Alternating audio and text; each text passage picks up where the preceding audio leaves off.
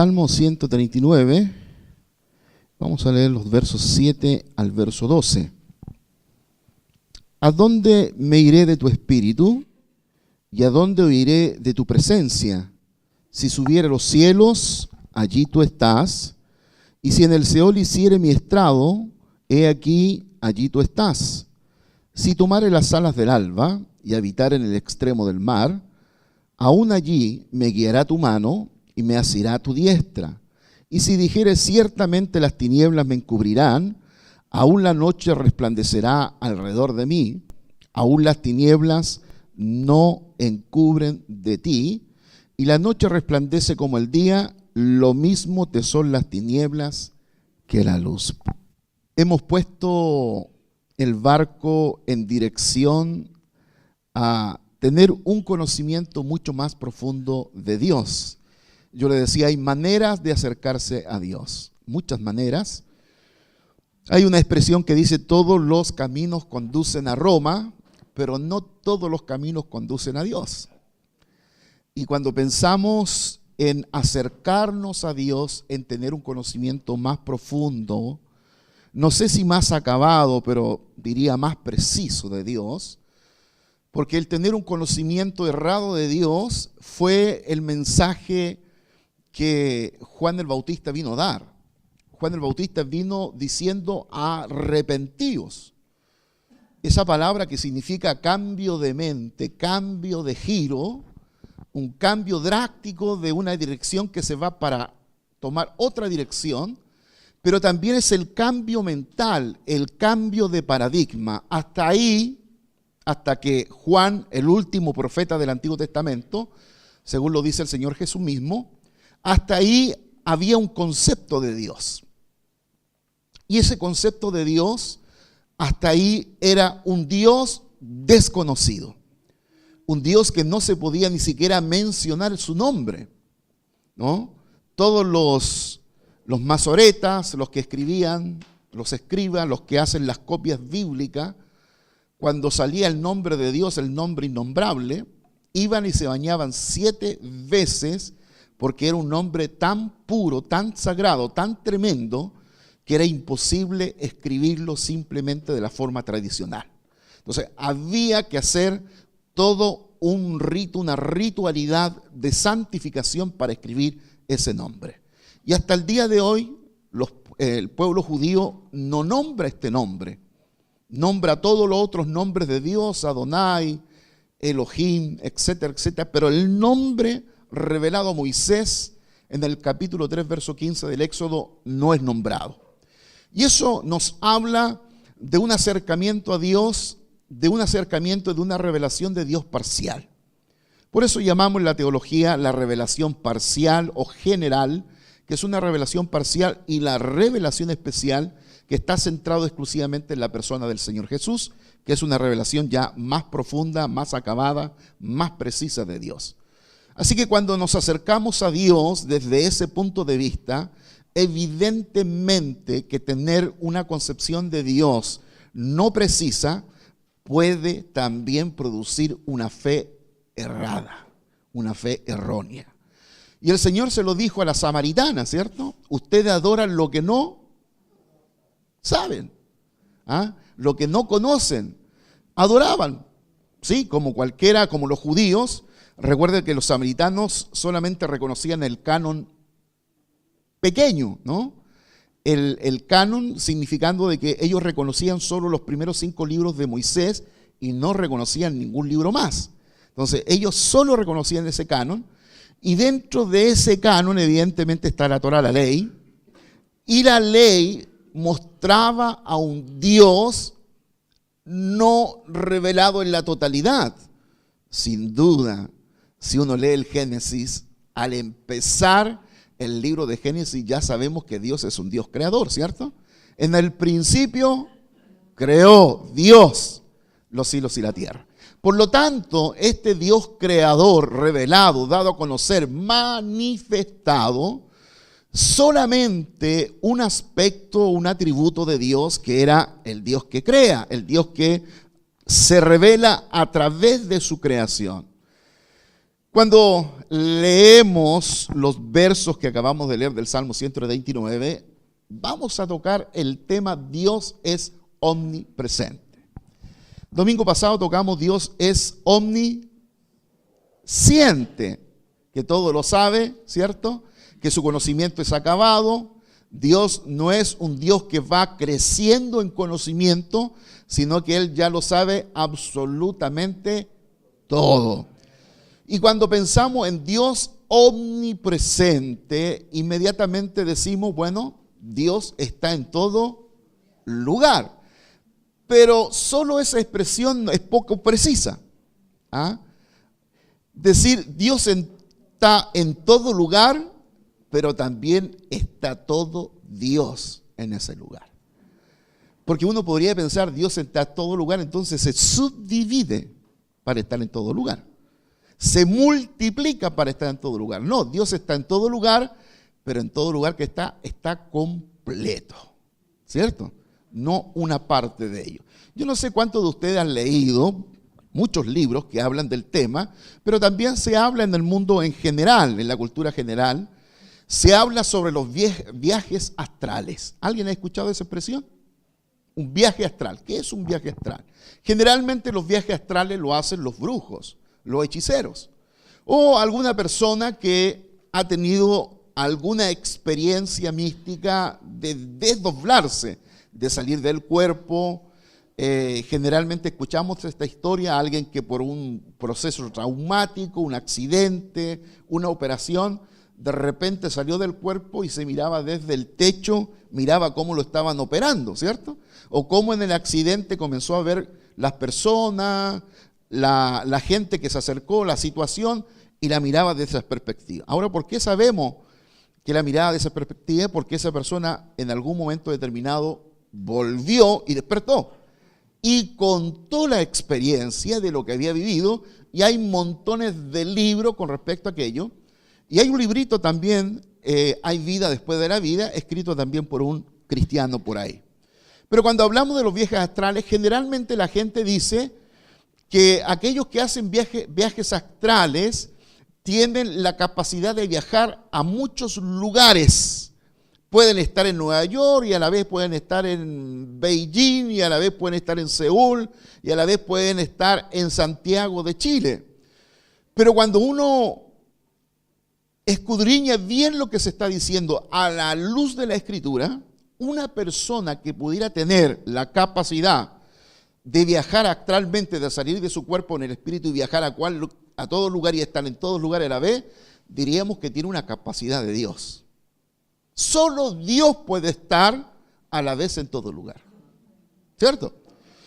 Y cuando nosotros pensamos en un ser humano que está constituido de cuerpo, alma y espíritu, tiene el espíritu, esta parte inmaterial, que tiene la capacidad de salir del cuerpo y poder estar en cualquier lugar, no es más que, déjeme decirlo en el buen chileno, no es más que chamullo.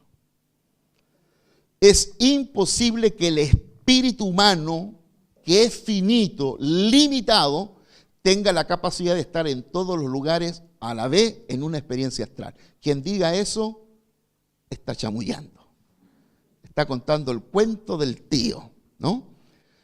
Porque el espíritu humano, aun cuando es inmaterial, tiene la capacidad de ser invisible, no tiene la capacidad de poder estar a la vez en todo lugar.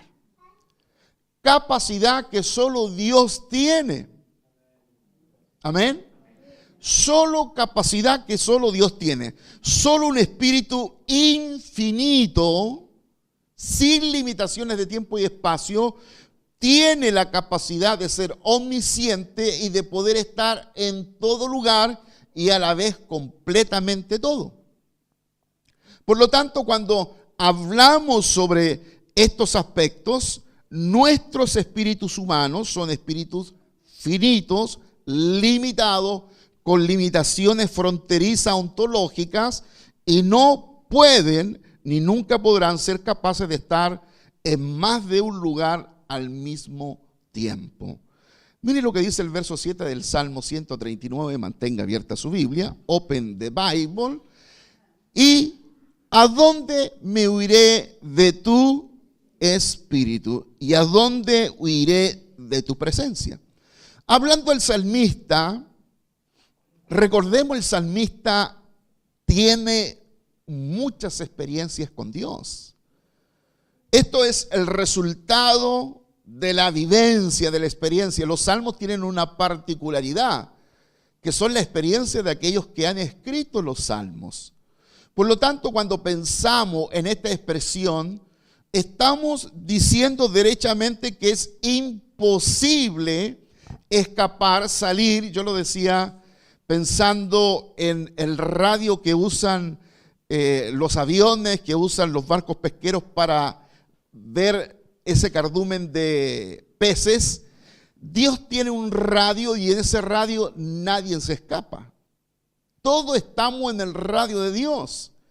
Dios es consciente de cada uno de nosotros. Hay gente que dice, ¿qué se acordará Dios de mí? ¿Cierto? Más que pensando en Dios, pensando en sí mismo, en la incapacidad emocional de pensar que Dios está con uno. Pero yo les decía, el profeta Isaías, que es el profeta más citado en el Nuevo Testamento, él dijo en el capítulo 9 que el Mesías sería llamado Emmanuel, que significa Dios con nosotros.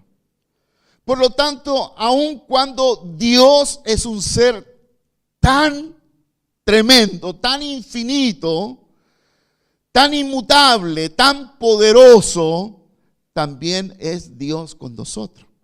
Está con nosotros. Permanece con nosotros. No estamos fuera de la memoria de Dios. Creo que el Salmo 22 o el 25 por ahí dice que siempre delante de Dios está nuestra redoma. ¿Se recuerdan qué es lo que es la redoma?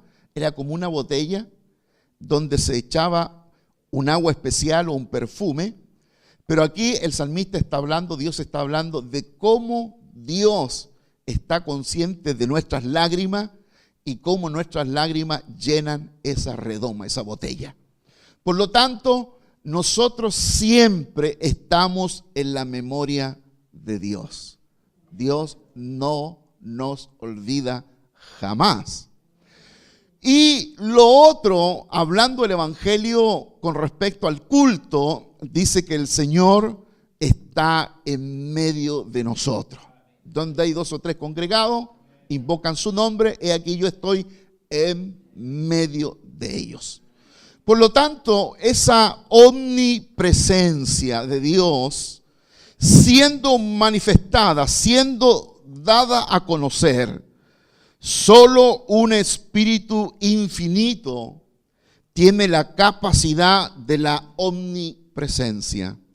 Cuando hablamos de la omnipresencia de Dios, queremos decir que su presencia está en todo lugar. No hay ningún lugar donde Dios no esté. Sin embargo, como espíritu, Dios no ocupa ningún lugar en el sentido que los objetos físicos ocupan el espacio. No tiene cualidades físicas que puedan ocupar el espacio y el tiempo.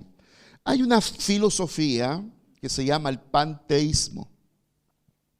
¿Qué es el panteísmo? Viene de pan. La palabra pan significa todo, ¿no? En el griego. Panteísmo significa todos los dioses.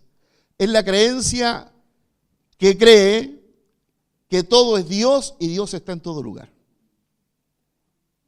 Una creencia hindú. Por eso en India todo es Dios. Las ratas son Dios. Las vacas son Dios. Aunque la gente se está muriendo de hambre, pero ahí andan las vacas sueltas, sin que nadie la ponga a la parrilla, porque sería emparrillar a un Dios. Y eso significa que lo pueden... Yo preguntaba a un amigo ahí en Seúl, en la universidad, Enoch Ryan, un pastor indio que vivía sector norte de India, me invitó para que lo visitara. Le pregunté, ¿cuántos grados hay? Como 60. Me dijo, bueno, será alguna vez que te acompañe. 60 grados de calor, imagínense. Y yo le pregunté a él, bueno, en la India todo es Dios, no se puede comer carne. Y yo le hice la pregunta del millón. ¿Tú comes carne? ¿Ah? Y él me dijo, mirándome a los ojos, sí, pero va callado. Para callado. ¿Y cómo la compra? Bueno, por ahí, usted sabe que en todas partes se cocinaba. Esto es más o menos cuando ustedes piensan en Semana Santa, que no se come carne en Semana Santa, ¿cierto? Y es donde yo más como asado, porque ahí es lo más barato. El pescado se vuelve carísimo, entonces yo una semana completa como carne y la otra 51 semanas como pescado. Mire mi dieta cómo estoy, firme.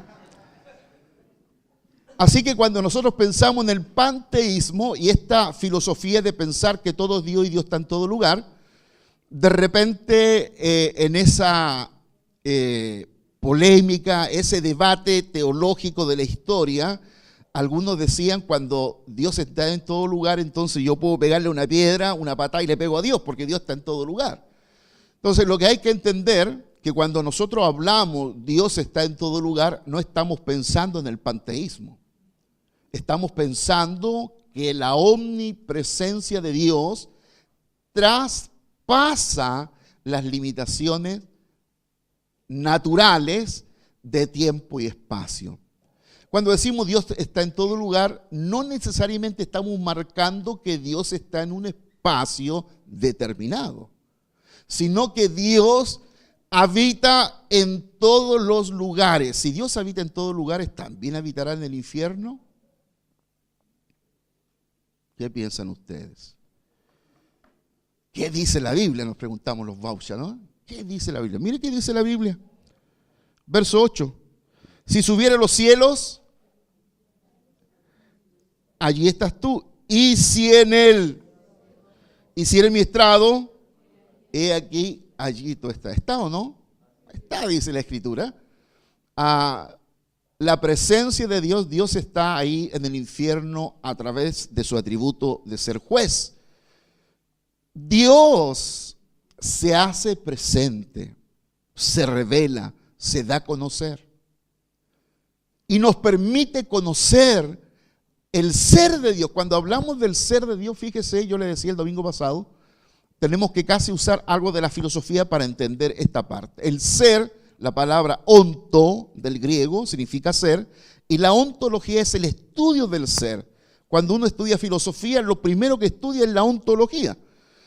Es el estudio del ser. Y ese ser, el ser existencial, cuando decimos ser existencial o ser, Dios es el ser que existe, estamos diciendo una cuestión tremenda, pero no entendemos nada.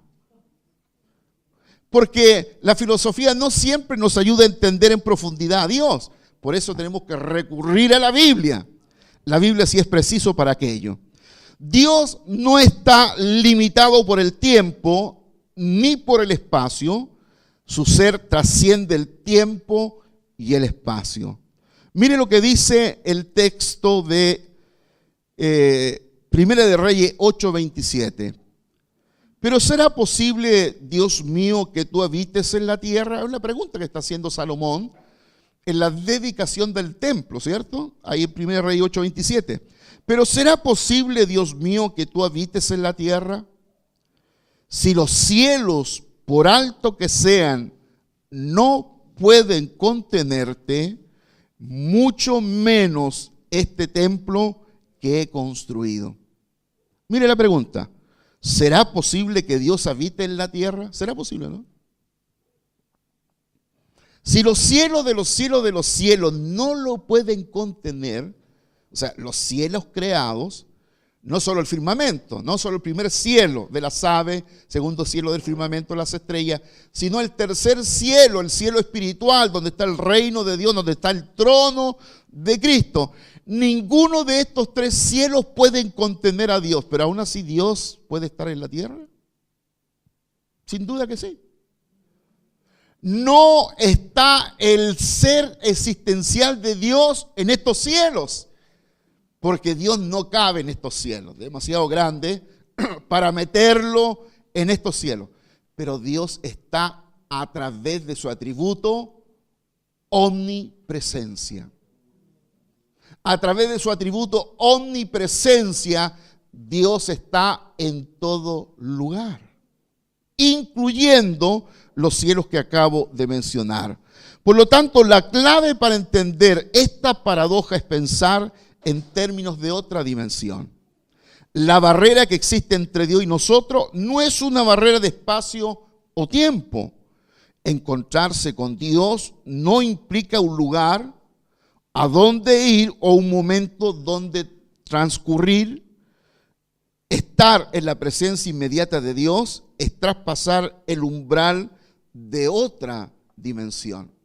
Cuando hablamos de Dios, estamos hablando de un Dios que habita en otra dimensión, derechamente. No habita en nuestra dimensión lineal, sino en otra dimensión. Y a esa dimensión nosotros le llamamos una dimensión sobrenatural, una dimensión invisible, sean tronos, dominios, principados, los visibles, invisibles, etcétera, etcétera. Pero aún así, Dios habitando en otra dimensión, en un plano, e inclusive donde están los tronos, dominio, principado, hablando de lo invisible, aún así Dios habita en otro plano. En otro plano.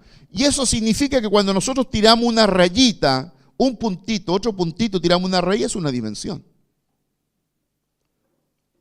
Y estamos diciendo que hay una tercera dimensión, hay un cielo, está el sky, donde vuelan las aves, está el cielo del firmamento y está el heaven en el inglés, el cielo espiritual. ¿Por qué estáis mirando al heaven? Dicen los ángeles cuando el Señor asciende. ¿Por qué estáis mirando al cielo espiritual? Al tercer cielo, porque este mismo Jesús que ha sido llevado al heaven volverá al sky. No estoy hablando de la línea aérea, ¿no? Volverá al firmamento para levantar a la iglesia, ¿cierto?, en los últimos tiempos. La omnipresencia de Dios incluye su inmensidad, que le permite estar presente en su plenitud en todos los tiempos y en todos los lugares a la vez. Dios es un Dios, un ser existencial inmenso. Esa palabra inmenso, que todavía sigue muy limitada, muy pequeña, muy chica, para hablar de un atributo de Dios que va llenando todos los espacios, todos los elementos. Dios se hace de una manera tremenda. Para expresar la inmensidad de Dios está el término El Shaddai, el todopoderoso, el que todo lo llena en todo. Hay otros segundo aspecto relacionado con la omnipresencia de Dios que solamente no podemos nosotros olvidar o dejar de lado. La partícula orni, no omni, todo, sino orni, se refiere no solo a lugares donde Dios está, sino a cuánto de Dios está determinado en un lugar. Lo que yo le decía antes. Dios está en todo lugar, pero a la vez en todo lugar Dios está todo. Generalmente nosotros decimos, recibí al Espíritu Santo, ¿cierto? ¿Cuántos de vosotros habéis recibido el Espíritu Santo? Pablo preguntando a los creyentes de Efesios en el capítulo 19 del libro de los Hechos, ¿cierto? ¿Y qué dijeron los creyentes? Nosotros recibimos el bautismo de Juan, del Espíritu Santo no tenemos la menor idea que existe. ¿Vosotros recibiste el Espíritu Santo? Sí, recibimos el Espíritu Santo. Cuando nosotros pensamos en que recibimos el Espíritu Santo, tenemos la tendencia a pensar que en mí está el Espíritu Santo, en ti está el Espíritu Santo, y en cada uno, y pareciera que el Espíritu Santo está subdividido en pequeños pedazos dentro de todos nosotros. Pero ya dijimos, Dios no puede ser subdividido.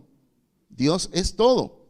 De tal manera que más que el Espíritu Santo en nosotros, somos nosotros en el Espíritu Santo. Nosotros hemos sido metidos, agregados al Espíritu Santo de tal manera y de igual manera cuando pensamos en la omnisciencia de Dios, en la omnipresencia, Dios está en todo lugar y ese en todo lugar está hablando también de que Dios está en toda su capacidad, en todo lo que constituye a Dios está allí. A esta característica le llamamos su inmensidad. Por ejemplo, los creyentes en Nueva York disfrutan de la plenitud de la presencia de Dios, mientras que los creyentes en Moscú también disfrutan de la misma presencia. Jeremías capítulo 23, verso 23 dice, permítame leerle este texto. Jeremías 23, verso 24. ¿Soy yo acaso Dios solo de cerca? ¿No soy Dios también de lejos? Afirma el Señor. ¿Podrá el Señor hallar un escondite donde yo no pueda encontrarlo? Afirma el Señor. ¿Acaso no soy yo el que llena los cielos y la tierra? Afirma el Señor. ¿Soy yo acaso Dios de cerca solamente? ¿Cuántas veces la gente dice, pastor, mire, ore usted porque Dios a usted le escucha? Dios no se escucha todo, ¿sí? Porque hay un requisito, por lo menos sencillo, por decirlo de una manera, para orar a Dios. Y el libro de Hebreos lo dice, que cuando oramos a Dios hay que creer, ¿qué cosa? Que le vamos a hallar. Venir a orar o levantarse de madrugada a orar creyendo de que Dios no te escucha no vale la pena. Porque Dios sobra en la fe, ¿cierto? Por lo tanto, el que busca a Dios debe creer que lo va a hallar. Es un principio primario de la fe. Debe creer que lo va a hallar. Por lo tanto, aquel hermano, yo me levanto en la madrugada, usted se levanta en la mañana aquí, nos levantamos muy temprano, estamos orando, pero en el otro lado, por ejemplo, China, Corea, Asia, están de día o están entrando en la noche, ¿cierto? 13 horas de diferencia, sobre todo nosotros en tiempo de invierno, tenemos 13 horas de diferencia con Asia y 5 a 6 horas con Europa. De tal manera que cuando yo estoy orando de madrugada aquí, alguien se está acostando allá. Yo a las 2 de la mañana a veces me pilla trabajando mi amigo de Nepal. Nepal está en Asia. De tal manera que él, cuando yo estoy 2 de la mañana casi ya por ir a acostarme después de trabajar, él me pincha en el internet y me comienza a saludar. Claro, él se está levantando. Yo tengo que ir a dormir. Así que alcanzo a conversar 15, 10, 20 minutos, a veces un poquito más. Y le digo, mira, tengo que ir a acostarme porque aquí son las 3 de la mañana. 3 de la mañana, allá son 3 de la tarde. Casi 12 horas de diferencia. Pero así como estoy en la noche o de madrugada acá, muy de noche, Dios está, de igual manera Dios está allá en Nepal. La diferencia es horaria, es cronológica entre nos. Pero para Dios eso no le afecta. A Dios no le afecta el tiempo ni el espacio. ¿Qué dice el Salmo? Dice que Dios es aquel que no duerme, sino que vigila, vela, en vano vela la guardia si Dios no es el que vela, es el que guarda. Así que esa inmensidad de Dios, tremenda inmensidad, que nos permite clamar como el profeta Jeremías, simplemente donde ¿Soy acaso Dios de lejos o de cerca solamente? Su inmensidad no se refiere entonces a su tamaño, sino a su capacidad para estar plenamente presente en todo lugar. La doctrina sobre la omnipresencia de Dios nos lleva simplemente a asombrarnos. Proverbios 15:3, ¿qué dice? A ver. Ese texto no lo tengo aquí. 15:3. Leámoslo. 1, 2, 3.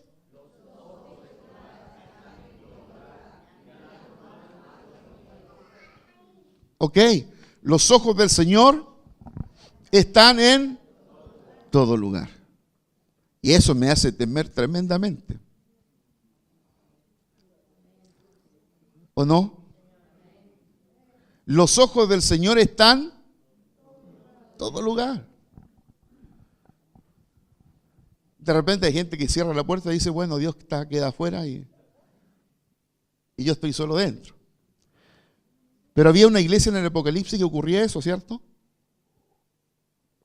Que Jesús estaba golpeando la iglesia, la puerta de la iglesia, estaba afuera. Y esa iglesia se creía bacán, rica, conocimiento, pero el Señor golpeaba desde afuera, estaba afuera de la iglesia. ¿Y qué dice el Señor? Era una iglesia ciega, desventurada. El concepto que Jesús tenía de esa iglesia no tenía nada que ver el concepto que la iglesia tenía de sí mismo. Qué tremendo eso, ¿no? Cuando uno tiene un concepto más alto del que debiera tener de sí mismo y Dios simplemente tiene un concepto diferente de ello. Vamos concluyendo. La omnipresencia de Dios es un consuelo para el creyente y un motivo de terror también y de temor para el creyente. Si los ojos de Dios están en todo lugar, no hay ni un lugar donde los ojos de Dios estén. Él habita en todo lugar, todo lo ve. No hay nada, absolutamente nada, fuera de la mirada de Dios. Mire el capítulo 1 del Apocalipsis, no tenemos el tiempo de leerlo ahora, pero dice que los ojos del Jesús resucitado, sus ojos eran como llama de fuego, que tenían la capacidad de ver, de mirar lo más íntimo, lo más profundo. Aun cuando Jesús estuvo en la tierra, Él decía que nadie debía darle testimonio de los hombres porque Él conocía a los hombres. Él sabía lo que había dentro de los hombres, dentro del corazón de los hombres. Por lo tanto, Dios no ignora nada. Absolutamente nada. ¿Cómo nosotros podemos producir un cambio de paradigma, un cambio mental en nuestra mente de pasar a pensar que Dios está solo en momentos donde hay un contexto religioso, como la iglesia, el culto familiar, cuando leo la Biblia? Solamente en esos momentos pareciera que está Dios, cuando Dios está en todos los momentos del día. Puedo estar pelando las papas, puedo estar cosechando el olivo que acabo de cosechar. 3 kilos de aceituna, primer año dio 1, 3, va multiplicando. Dios está en todo momento. Y esto es con lo que yo he tratado de trabajar mis 30 y tantos años de vida de fe. ¿Cómo puedo producir un cambio mental en pensar que Dios está en todo momento? Esto es tener conciencia de la presencia de Dios. Este es todo un tema en la Biblia, ¿eh? Es todo un tema.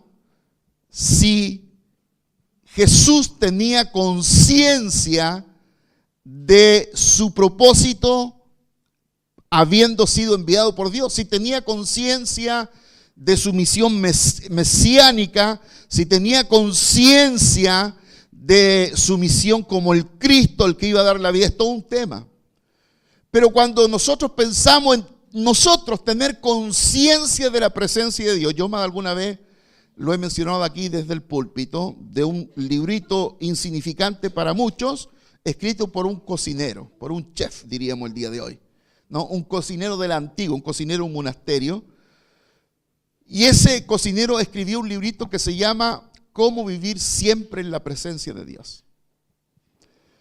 Y de entre las cosas cotidianas, ordinarias de las que comenta en ese libro, un libro interesante, habla justamente porque era cocinero, cómo comenzó él a aprender que estando en la cocina, cocinando a todos los frailes, él podía trabajar la conciencia de que Dios estaba ahí cuando él estaba cocinando. Y Dios, dice él y comenta, era tan real cuando yo entraba a la cocina. Cuando abría la puerta para entrar a la cocina y me ponía a tomar todos los elementos, Dios era real. Pero dice que cuando él iba a la oración, a la meditación, al templo, parece que Dios no estaba ahí. Era como todo lo contrario. Entonces él dice, ¿cómo yo puedo, esa presencia que es tan real en la cocina, la puedo llevar también allí? Y la puedo llevar a todo lugar. Porque no es una cosa que la presencia de Dios yo lleve, sino que Dios siempre está en todo lugar. Esto no es como llevar la nube, ¿cierto? Esa nube de día o de noche. No es que si yo me muevo, se mueve la nube, sino si es que la nube se mueve, me muevo yo. No es que nos movamos nosotros y Dios se mueve, es al verro, o sea, al revés. Es si Dios se mueve, tenemos que movernos nosotros. Por eso estudiamos hace años aquí un librito que se llamaba Mi experiencia con Dios, y decía uno de sus principios: hay que ver dónde Dios está trabajando y hay que unirse a Él en el trabajo. No es que Dios se une con nosotros. Hablando de la presencia de Dios y de cómo la presencia de Dios debemos vivir, piense en el hecho y en el caso de Enoc. Enoc, en el libro del Génesis, dice que no desapareció. Pero también el texto dice, y caminó Enoc con Dios y desapareció. Desapareció. ¿Dónde desapareció? ¿Dónde fue Enoc? Bueno, hay un montón de teorías. Pero esa omnisciencia de que Dios está en todo lugar y los ojos de Dios están en todo lugar, ¿cómo nosotros podemos cambiar nuestra mentalidad, ayudado por el Espíritu Santo, para tener conciencia de aquello? Dios está en todo lugar, en cualquier situación, donde yo esté, con quien yo esté, en la situación que esté, Dios está. Porque Dios ve todo. Termino con este caso. ¿Se recuerdan ustedes en el Antiguo Testamento, cuando era atacado Israel, y los reyes comentaban cómo iban a ser atacados, o iban a atacar a Israel, y Israel siempre estaba preparada y derrotaba a los reyes? Entonces el rey preguntó, ¿por qué siempre los judíos saben lo que va a acontecer, lo que va a ocurrir? Y alguien dijo, ahí en el consejo real, es que en Israel hay profeta. Y ese profeta es el que dice todo lo que ocurre, que dice el texto bíblico. Dice que Dios, que está en todo lugar, escuchaba la conversación estratégica de los soldados, de los generales, y luego Dios se lo decía, se lo soplaba al profeta. ¿Ah? ¿Usted no cree que Dios sabe el certamen que le van a tomar?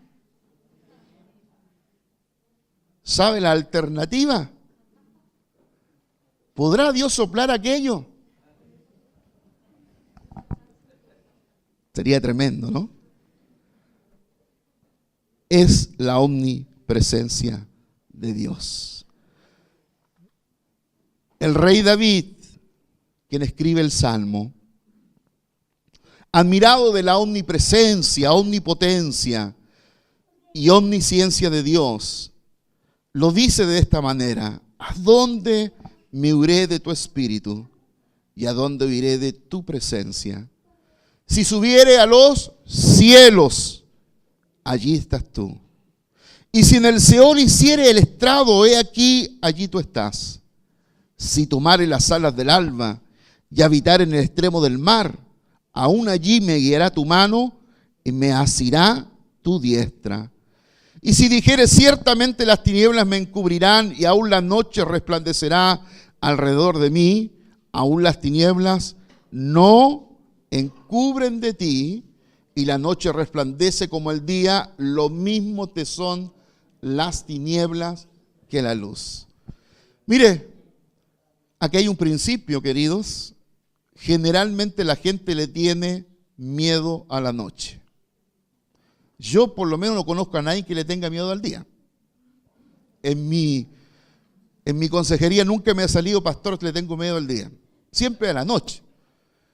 Pero si uno tiene la concepción de Dios, la noche y el día es lo mismo. ¿Qué está diciendo el Salmo? Lo mismo te son las tinieblas que la luz. No hay diferencia. La omnipresencia de Dios habita tanto en la oscuridad como en la luz. Como en la luz. Dios habita en la oscuridad, dice el Salmo. Por lo tanto, oscuridad o tiniebla o luz, Dios habita igual. Hay gente que comienza a ver que el sol comienza a caer, viene la noche y comienza y se llena de depresión, de angustia, se llena de todo lo que el día, porque el día evidentemente disipa esas tinieblas, esos temores, esas inseguridades. Yo quiero decirle que no importa el momento que pasa, Dios está ahí. Y si usted llega a tener más conciencia de la presencia de Dios, aún en los tiempos difíciles o en los momentos difíciles o en los momentos más difíciles del día, para aquellos que la noche significa insomnio, significa no dormir, Dios, tanto en la noche o en la oscuridad o en el día, habita y también está allí. Así que no temas. ¿Ah? No temas. Digamos, como dijo el Señor caminando sobre las aguas a los discípulos, no teman, yo soy. Vamos a hablar.